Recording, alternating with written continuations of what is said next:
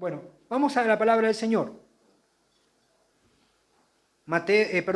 Hechos 28, del 1 al 10. El título es Pablo en Malta. Recuerde este título porque al final lo vamos a cambiar. Para la aplicación en nosotros, no es que vamos a cambiar nada de la Biblia, ¿no? Pero Pablo en Malta, al final va a haber una modificación para nosotros.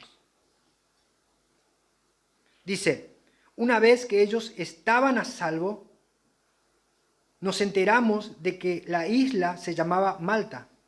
Los habitantes de la isla nos mostraron toda clase de atenciones, porque a causa de la lluvia que caía y del frío encendieron una hoguera y nos acogieron a todos. Pero cuando Pablo recogió una brazada de leña y la echó al fuego, una víbora salió huyendo del calor y se le prendió en la mano. Cuando los habitantes vieron el animal colgado de su mano, decían entre sí, sin duda que este hombre es un asesino, pues aunque fue salvado del mar, la diosa justicia no le ha concedido vivir. Pablo, sin embargo, sacudiendo la mano, arrojó al animal al fuego y no sufrió ningún daño. Ellos esperaban que comenzara a hincharse o que súbitamente cayera muerto, pero después de esperar por largo rato y de no observar nada anormal en él, cambiaron de parecer y decían que Pablo era un dios.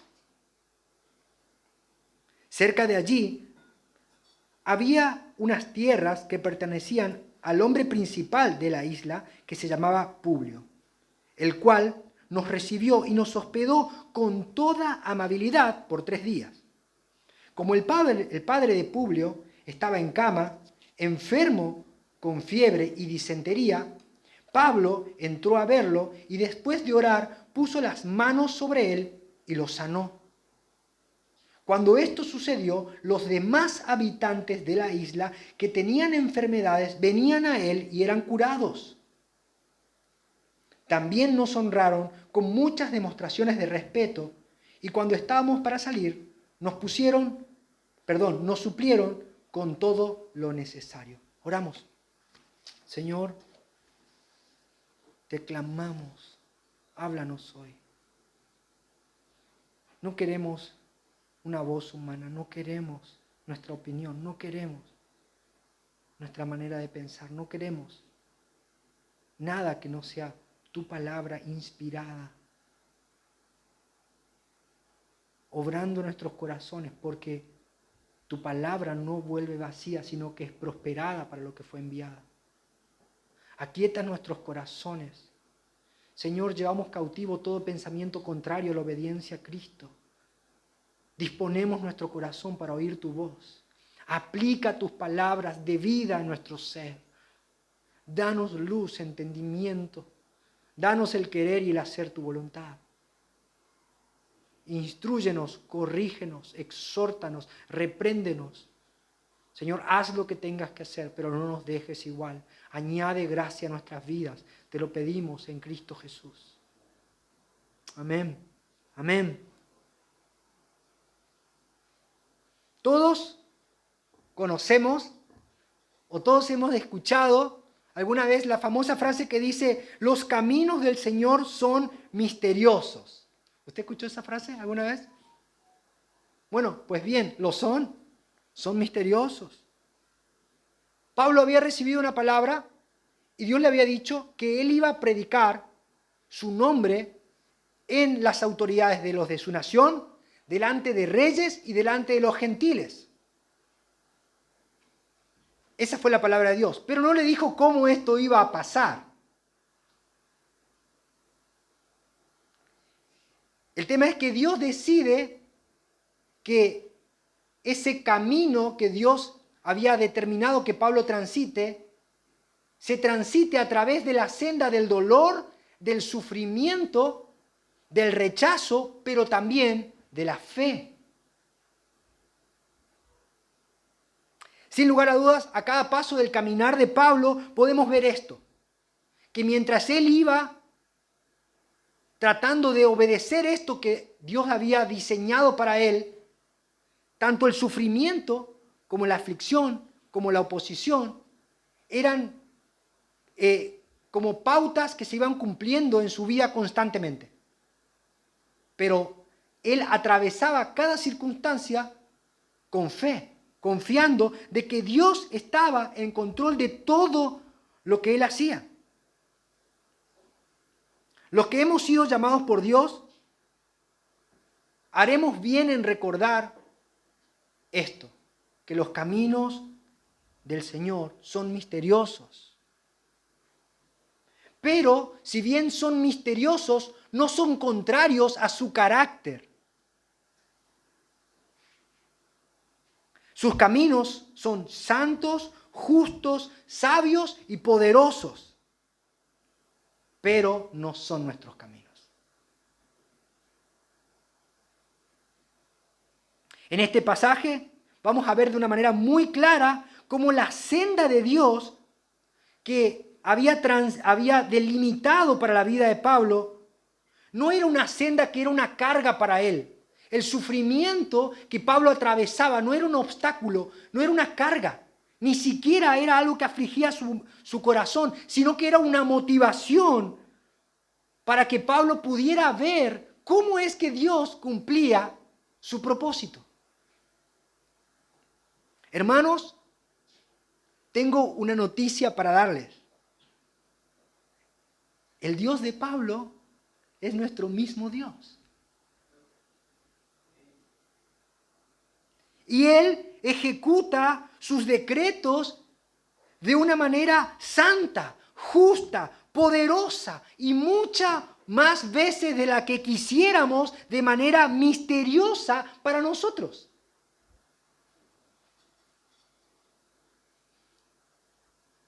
Así que hoy debemos alentarnos y confiar que el camino que Él trazó para sus hijos es un camino por el cual vamos a caminar por medio del dolor. Pero ¿sabe? Ese dolor nos va a llevar a crecer en fe. Y cuando transitemos por esas circunstancias creyendo en Dios, nos vamos a dar cuenta que Él tiene el control sobre cada circunstancia que nos toca vivir, sea buena, sea mala. Él tiene el control. Pablo lo decía de esta manera, fíjense, Romanos 11, 33 al 36 decía esto: oh profundidad de las riquezas, de la sabiduría y de la ciencia de Dios, cuán insondables son sus juicios e inescrutables sus caminos. No lo puedo entender. Y vaya que Pablo tenía conocimiento para entender. Y si Pablo no lo entendía, ¿qué nos espera a nosotros? No lo podemos entender. Y él sigue diciendo, porque ¿quién entendió la mente del Señor? ¿O quién fue su consejero? No, Señor, hagamos las cosas así, me parece que es lo mejor. Porque de Él, por Él y para Él son todas las cosas. A Él sea la gloria por los siglos. Amén. Sus caminos son inescrutables. Los caminos del Señor son misteriosos, pero sabios, justos, todos verdaderos. Y nos llevan a que su nombre sea glorificado. Y si nosotros los transitamos en fe, veremos al final que Él tiene el control. Él tiene el control. Vamos a nuestro texto. Una vez que ellos estaban a salvo, nos enteramos que la isla se llamaba Malta. Versículo 2. Los habitantes de la isla nos mostraron toda clase de atenciones, porque a causa de la lluvia que caía y del frío, encendieron una hoguera y nos acogieron a todos. ¿Qué se puede imaginar usted de esta situación? Nosotros tal vez no estamos tan entendido lo que es un naufragio, ¿no? Pero si nosotros miramos en el contexto, estas personas llevaban 2 semanas perdidos en alta mar. Habían perdido toda su esperanza, tal es así que habían dejado de comer y se habían abandonado, esperando solamente morir. Luego, su barco, lo único que los sostenía con vidas, encalla y se destroza completamente. Y a duras penas logran escapar del mar en medio de una tormenta que arreciaba sobre ellos. Pero, milagrosamente, 276 personas llegan con vida a una playa desconocida. Bueno, ahora en tierra firme el panorama no es mejor que en alta mar.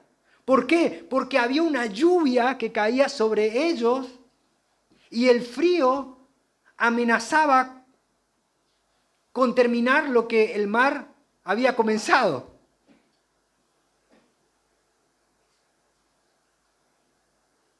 Estaban paralizados, debilitados, indefensos y con frío. Podían morir en cualquier momento. Ahora, si nosotros vamos y estudiamos un poco cómo era la cultura o cómo era el mundo de aquella época, en aquellos tiempos, si había personas que vivían un naufragio y eran encontrados en una isla abandonados, los nativos de la isla o el lugar donde estaban estas personas que habían encallado, los podían tomar como esclavos y como prisioneros. Porque claro, se podía ver que eran personas que habían sido o se habían escapado y que eran esclavos. Así que los nativos de la isla podían haber tomado a estas personas como esclavos. Bueno, pero en vez de hacer esto, los nativos muestran una generosidad y una preocupación por estas personas. Recuerden, no eran 10, no eran 20, eran 276 personas. Pero estos hombres, al verlos ahí, empiezan a ayudarlo. Y parte por su generosidad innata que estaba en ellos, y parte porque el centurión y los soldados inspiraban respeto. O sea, no es que lo iban a tomar nomás como prisionero. Habían oficiales de justicia ahí, así que esta idea se podía haber disipado. La Biblia dice que ellos eran bárbaros, dice la palabra que eran bárbaros. ¿Por qué? Porque no hablaban el idioma, el griego, que era el idioma donde se hablaba en todo el imperio. De alguna manera se podían comunicar. Se creen que Pablo podía, porque era una persona muy instruida, comunicarse con ellos. Y como además era una isla de Italia, y él era nativo de Italia, podía comunicarse con ellos. Estos hombres, dice, hicieron una hoguera para que estos náufragos no se mueran de frío. Fíjense qué impresionante. Acá nos deja ver que cuando Dios dice, o cuando Dios le dijo a Pablo que ninguno de los que viajaban con él moriría, es porque Dios sabía cómo iba a hacer las cosas. Y lo que el Señor dijo se cumplió. Pero para que eso se cumpla, tuvieron que atravesar una tormenta. Toda la estructura en la que ellos confiaron colapsó. No quedó nada. Y tuvieron que recibir ayuda de personas a las cuales no le entendían. Los caminos del Señor son misteriosos. Versículo 3. Pero cuando Pablo recogió una brazada de leña y la echó al fuego, una víbora salió huyendo del calor y se le prendió en la mano. ¿Sabe? Pablo era un hombre que no se cruzaba de brazos a esperar que las cosas ocurran, ¿no? Es bien sabido, y todos sabemos, que los perezosos y los haraganes tienden a disfrazar su pecado vistiéndolo de una manera muy parecida a la fe. Así es. Ellos dicen, el Señor lo dijo, así que lo hará. De alguna manera, pero no hacen nada más que sentarse a esperar que las cosas ocurran. El verdadero hombre de Dios o el verdadero cristiano no se cruza de brazos a esperar que la leña le caiga del cielo, sino que sale a buscar aquello que mantendrá con vida a los suyos. ¿Lo ve? ¿Lo puede ver? La sabiduría no reemplaza a la diligencia. Debemos esforzarnos, hermanos. La Biblia es clara, dice, no es con ejércitos, no es con espada, pero también nos dice que debemos esforzarnos y ser valientes. Entonces, ¿cómo es? Lo que significa es que Dios, en su sabiduría, a través de nuestro esfuerzo, opera su santa voluntad. ¿Por qué? Porque Dios pone tanto el querer como el hacer su buena voluntad en nosotros. Hay cosas que tenemos que recordar acá y tenemos que sacar en limpio.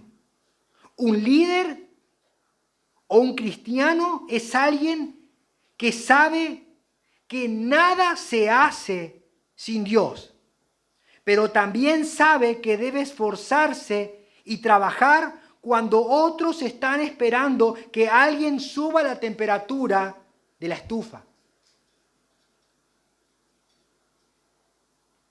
El hombre de Dios, el cristiano o el líder, marca con el ejemplo lo que se debe hacer.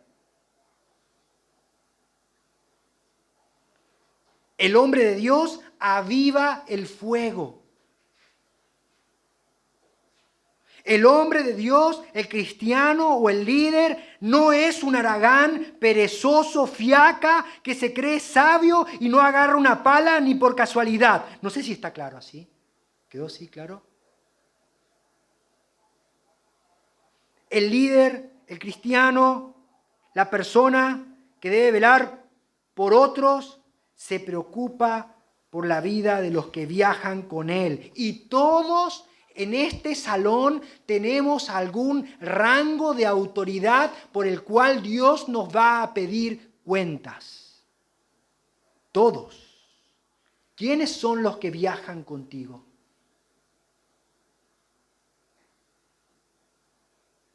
¿Están bien? ¿Se están enfriando? ¿Tienen alguna necesidad? ¿Qué estás haciendo por ellos?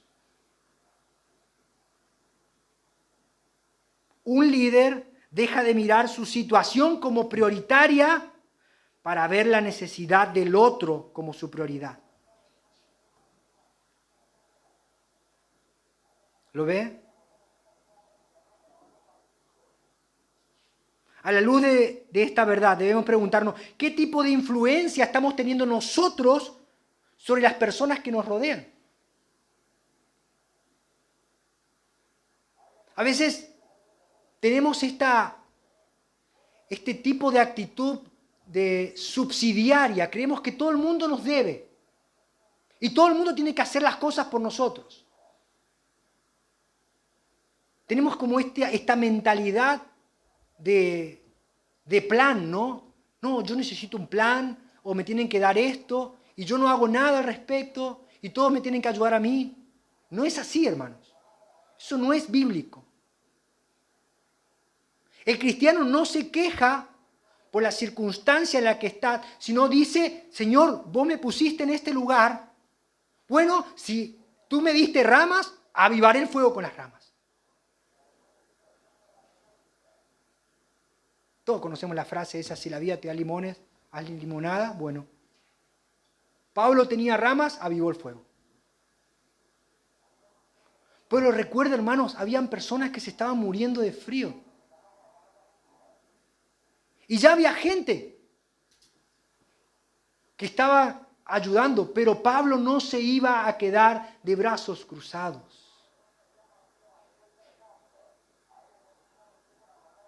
Hermanos, ¿cuál es la actitud de nuestro corazón? Nosotros sabemos que hay personas a nuestro alrededor que se están muriendo, están fríos. Sus estructuras están colapsando, están inseguros, han perdido la posibilidad de comunicarse con su entorno, están encerrados, ensimismados en sí mismos. ¿Y qué hacemos nosotros? Los estamos ayudando, estamos tratando de alentarlos, estamos tratando de avivar el fuego de sus corazones, o solamente lo miramos.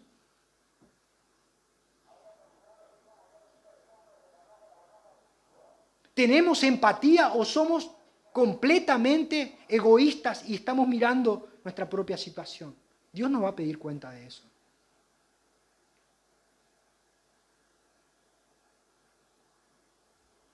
Por otro lado, el relato nos muestra que Pablo había juntado un ramo grande de leña y una de esas ramas estaba viva, ¿no? La serpiente, que por el frío estaba durmiendo, invernando, creemos, al sentir el calor del fuego, se despierta y ataca a Pablo. Ahora, fíjense esto, ¿cuál es la reacción que debemos tener los cristianos cuando vemos que una persona que se esfuerza, que sirve a Dios, que está comprometido con la obra, que está sirviendo apasionadamente, sufre cosas difíciles que no la podemos entender? Y decimos, ¿por qué a la gente buena le pasan cosas malas? ¿Usted escuchó esa frase? ¿Por qué al hombre que está sirviendo fielmente a Dios le pasa esto? Fíjense cómo pensaban los habitantes. Versículo 4. Cuando los habitantes vieron el animal colgado de su mano, decían entre sí, sin duda que este hombre es un asesino, pues aunque fue salvado del mar, la diosa justicia no le ha concedido vivir. En otras palabras, lo que nosotros en el castellano argentino decimos, algo habrá hecho. Sí, acá nosotros resumimos todo. Y si le está yendo mal, y algo habrá hecho, hermano. Pablo, versículo 5, dice, sin embargo, sacudiendo la mano, arrojó el animal al fuego y no sufrió ningún daño. Mira, hermano, esto, fíjese qué impresionante. Si miramos bien el texto, el juicio, la crítica, la condena de los espectadores, de los que no estaban haciendo nada, llegó antes que la reacción de Pablo.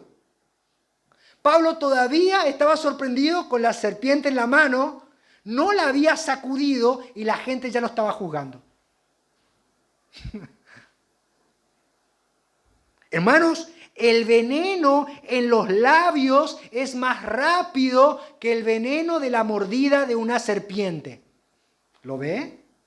Ahí está, en el texto. Los juicios contra aquellos que están en la obra de Dios son mucho más venenosos que la mordida de una serpiente mortal. Oh, hermanos, todos en algún momento de nuestras vidas hemos escuchado o hemos sentido ese veneno. ¿A dónde vas otra vez? No sé qué tanto es lo que orás si cada vez nos va peor. No sé por qué te esforzás tanto si nadie te valora. ¿Qué haces ahí delante del espejo ensayando un mensaje si ni los grillos de tu habitación te escuchan?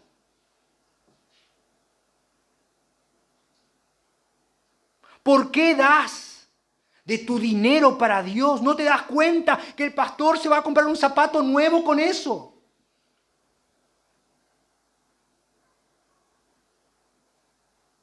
Oh, hermanos, todo hemos sentido cuando la serpiente lanza sus dardos encendidos. Pero si vemos cómo reaccionó Pablo, podremos ver cuál es la actitud que tenemos que tener frente a los ataques de Satanás.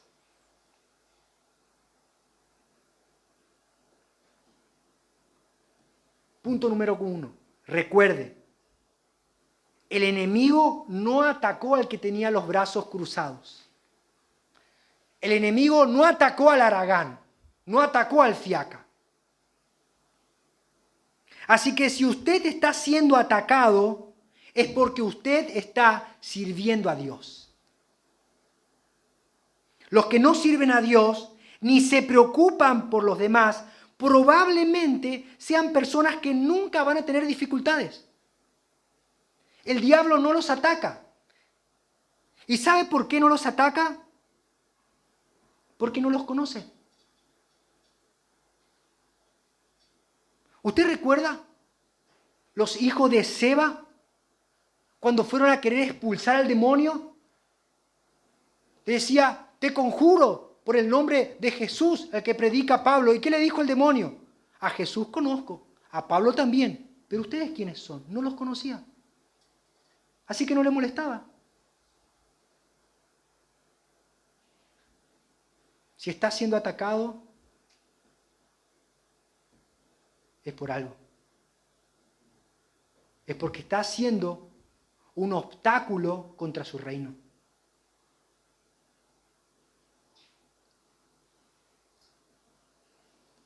Si está siendo atacado, es porque eres un hijo de Dios que no tiene los brazos cruzados, sino que está trabajando para la obra de Dios.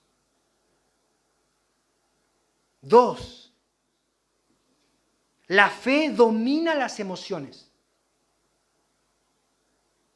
Hermanos, la fe es una convicción que domina todo en mi vida.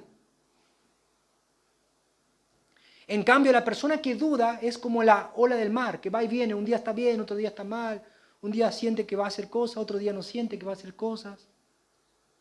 Le doy un ejemplo. Si alguien es de Boca, nunca se hará de River por más títulos que River esté ganando. Es su convicción y esa convicción lo lleva a someter toda emoción. Bueno, este es un ejemplo muy bajo, vano, pero sirve para ilustrar lo que yo quiero decir. Pablo no sucumbió ante la evidencia natural de que moriría. Los nativos de la isla que estaban ahí sabían lo que causaba esa serpiente. Y Lucas, que era un médico y que tenía conocimiento, de hecho a eso se dedicaba, entendía que la serpiente que había mordido a Pablo podía causar eso. Así que lo que Pablo podía hacer en ese momento es sucumbir ante la evidencia y colapsar ante sus emociones. Pero Pablo tenía convicciones. Y sus emociones estaban subordinadas a la palabra de Dios. A Pablo se le había dicho que iría a Roma. Y él creyó eso.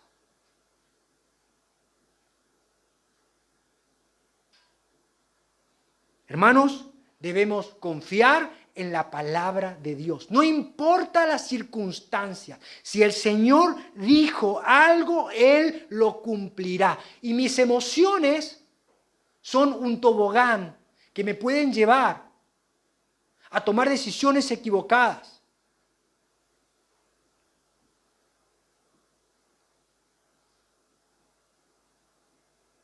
Así que debemos evaluar nuestros sentimientos, nuestras emociones. Es muy peligroso cuando alguien dice, no, pero yo siento esto. ¿Pero eso está de acuerdo a la palabra de Dios? Ah, no me lo había puesto a pensar.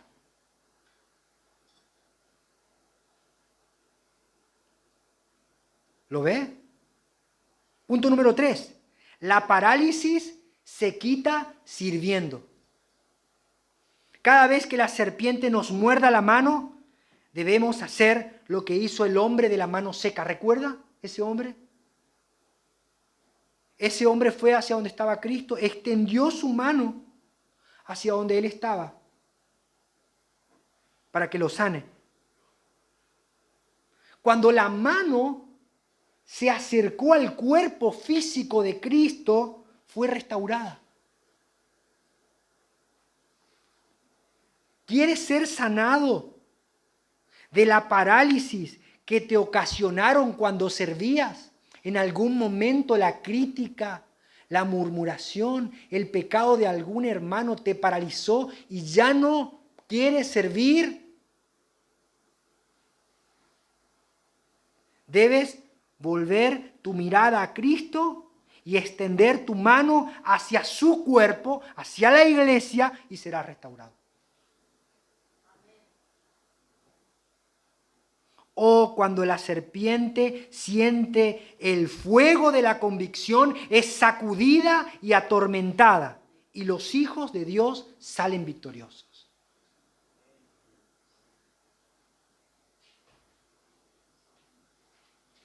Versículo 5. Dice, Pablo, sin embargo, sacudiendo la mano, arrojó el animal al fuego y no sufrió ningún daño. Versículo 6. Ellos esperaban que comenzara a hincharse o que súbitamente cayera muerto, pero después de esperar por largo rato y de no observar nada anormal en él, cambiaron de parecer y decían que Pablo era un dios. Fíjense cómo es el corazón del hombre. Los mismos hombres que estaban esperando que Pablo se hinche como un globo y que caiga muerto, minutos después dicen, él es un dios. ¡Wow! Es un superhombre. Hay un peligro muy grande en el que todo cristiano debe tener cuidado de no caer. ¿Y sabe cuál es? Es dejarnos llevar por lo que la gente dice de nosotros. Si nos dejamos llevar por lo que la gente dice, nunca vamos a servir a Dios por fe. Le doy un ejemplo. Si Pablo se dejaba llevar por lo que decían las personas cuando las cosas le iban mal, ¿iba a confiar en la palabra de Dios? No. Y ahora si Pablo se dejaba llevar por lo que la gente le decía cuando las cosas le estaban yendo bien, ¿iba a confiar en la palabra de Dios? No.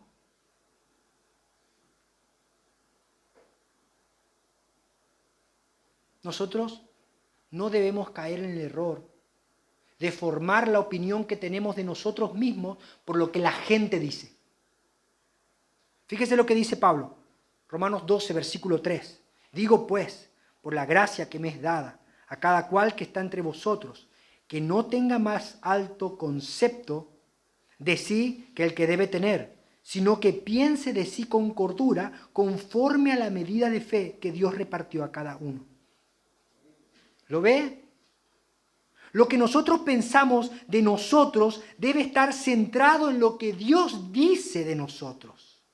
Eso nos va a recordar de que somos mucho más malos de lo que la gente cree y mucho menos buenos de lo que aparentamos.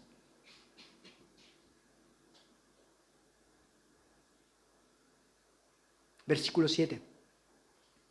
Hasta el 10. Ya estamos terminando. Cerca de allí había unas tierras que pertenecían al hombre principal de la isla que se llamaba Publio, el cual nos recibió y nos hospedó con toda amabilidad por 3 días. Como el padre de Publio estaba en cama, enfermo, con fiebre y disentería, Pablo entró a verlo y después de orar, puso las manos sobre él y lo sanó. Cuando esto sucedió, los demás habitantes de la isla que tenían enfermedades venían a él y eran curados. También nos honraron con muchas demostraciones de respeto y cuando estábamos para salir, nos suplieron con todo lo necesario. Publio era el principal de la isla. Seguramente era un terrateniense que tenía en su poder la mayor cantidad de tierras de la isla. Y él recibe a los náufragos, a estas 276 personas. Tenía espacio en la cocina como para recibirlos, mientras los isleños se iban agrupando para después albergarlos a cada uno. Entonces, Publio los recibe durante 3 días. Y como ya hemos visto, Pablo no era un hombre que podía dejar las manos quietas. Ya lo vimos juntando ramas y ahora le vemos que las manos están sobre la cabeza del padre de Publio. Está orando por los enfermos. Y Dios hace un milagro. ¿Recuerda? A Pablo ya lo veían como un Dios porque la serpiente no lo dañaba. ¡Wow! Pablo.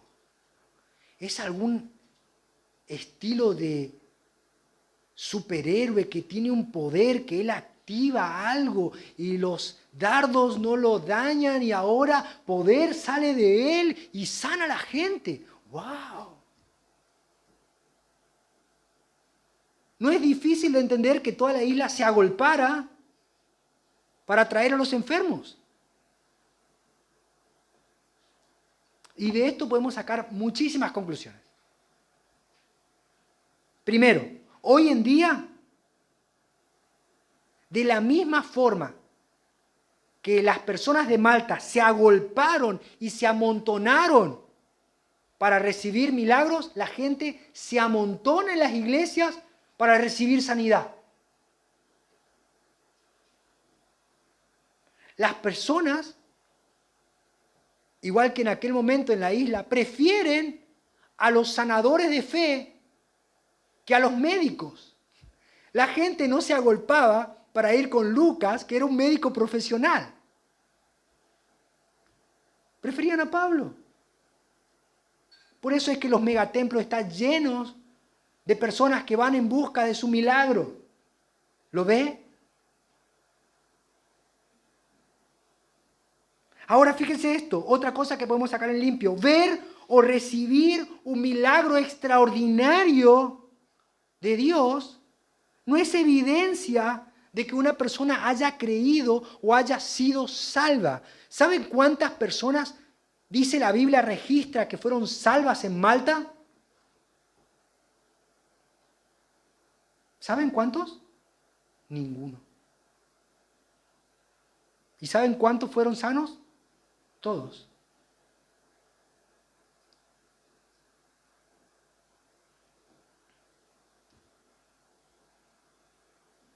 Otra cosa que debemos tener en cuenta es que una persona haga milagros en el nombre de Dios no es que esa persona sea un siervo verdadero de Dios. De hecho, en el día del juicio final, muchas personas le van a decir a Jesús: Señor, en tu nombre hicimos milagros, en tu nombre echamos fuera demonios, en tu nombre profetizamos. Y el Señor le dirá: apártense de mí, no los conozco. Está claro que Pablo no era de esos predicadores. Creemos que Pablo presentó el Evangelio porque era un apóstol, pero además oraba por las necesidades. ¿Qué pasó? Las personas recibieron su milagro, pero no creyeron en Cristo. Y esto es algo que al mismo Señor Jesús le ocurrió. Nosotros en San Juan vemos que el Señor le dice: ustedes me siguen por los milagros.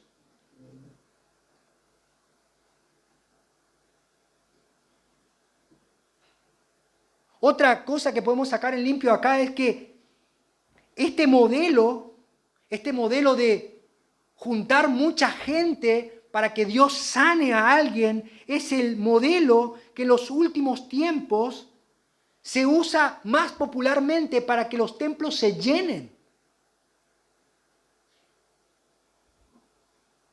Pero esto necesariamente no es lo que más fruto trae para el reino de Dios. Hermano, fíjense esto. La isla entera fue sacudida por el poder de Dios para sanar, pero no fueron convertidos. Así que ya entramos a nuestra conclusión. Lo primero que podemos concluir después de haber estudiado nuestro texto es: recuerda, los caminos de Dios son misteriosos, son inescrutables. Y si Dios quiso que tú mismo encallaras tu nave para que empieces de nuevo, sin nada de toda la estructura en la que confiabas antes, ¿qué vas a hacer? ¿Te vas a seguir aferrando a algo de lo cual ya no queda nada sólido? No, pero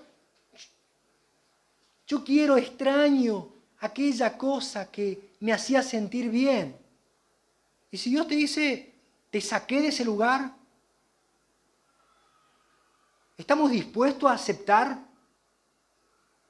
¿O queremos todavía abrazarnos a aquellas viejas estructuras que teníamos?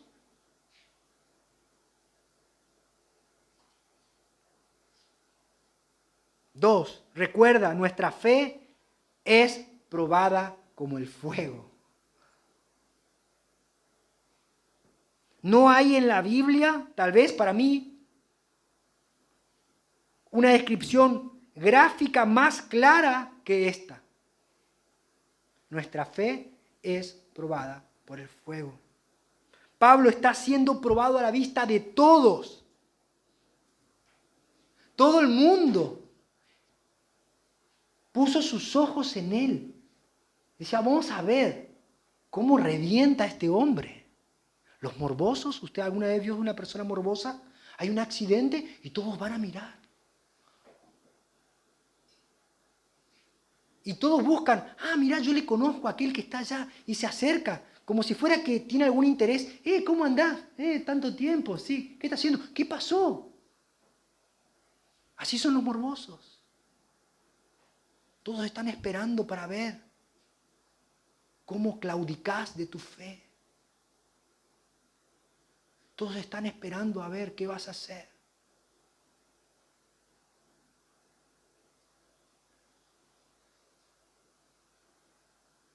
Él extendió su mano a la vista de todos y la sacudió. Dijo, esto no va a impedir que yo alcance las promesas de mi Dios.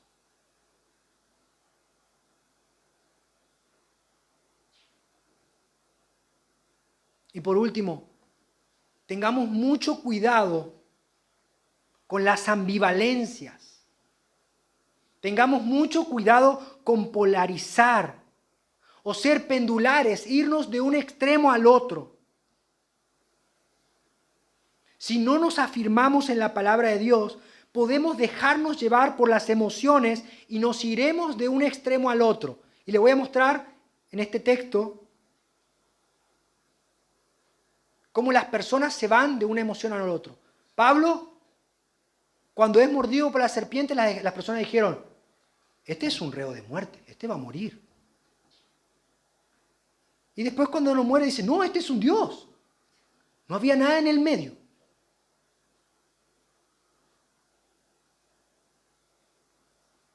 Y por otro lado, hagamos culto de sanidad para que la gente reciba un milagro. Y la gente viene, recibe su milagro y todos se emocionan. Y ahí estaban en la isla de Pablo, yo me imagino, ¿no? Que estaban en la isla de Pablo y ¿qué hizo el Señor por vos? Ay, yo me acuerdo, estaba enfermo, no podía mover mi mano. Gloria a Dios. Todos celebraban y se iban contentos. ¿Y vos qué hiciste? Ay, no sé qué hacer. El Señor me sanó tenía un problema y ahora estoy sano. Ay, qué emoción. Y todo el mundo se emocionaba.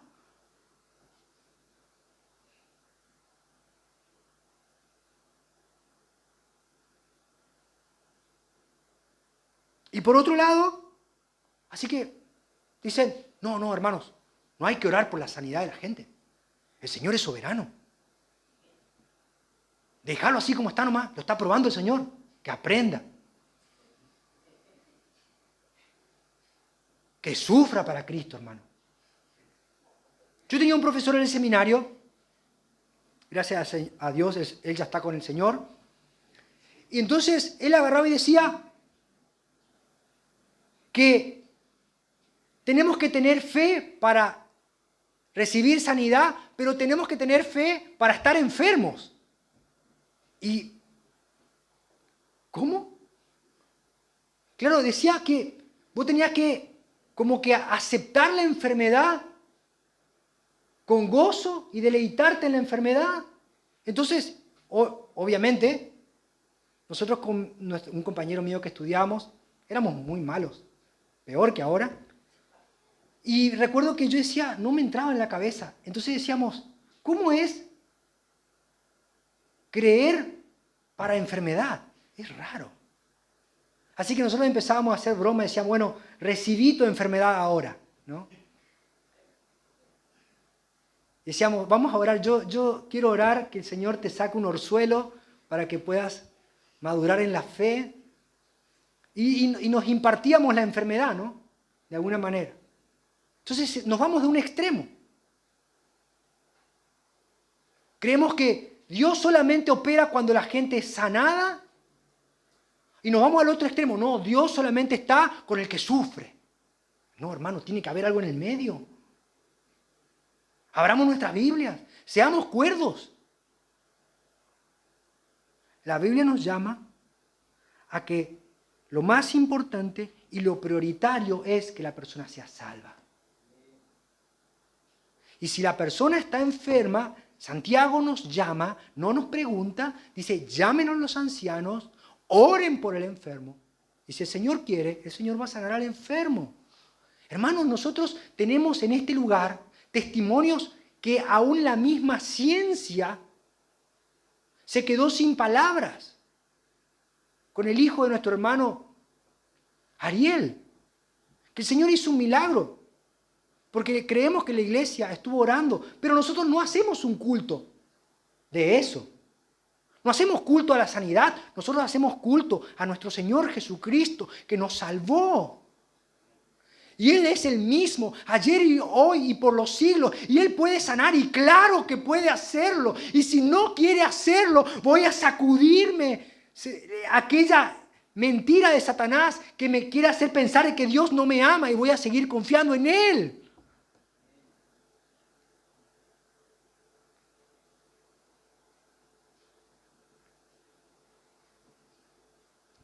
Por último, no confiemos en nuestras emociones, porque son engañosas. Pero la fe permanece.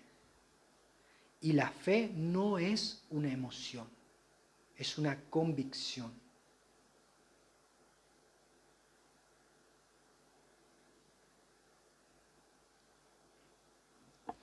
Oremos, hermanos.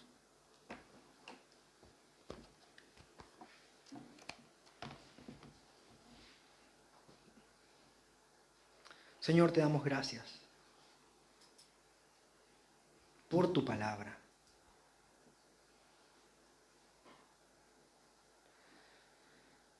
Ayúdanos, Señor, a entender de que muchas veces no entendemos tus caminos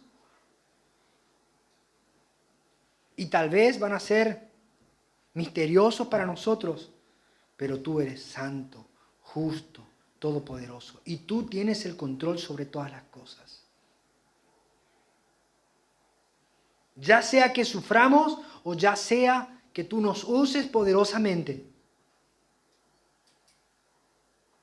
el fin es que tu nombre sea exaltado y glorificado. Ayúdanos a no tener mayor concepto de nosotros mismos del que debemos tener.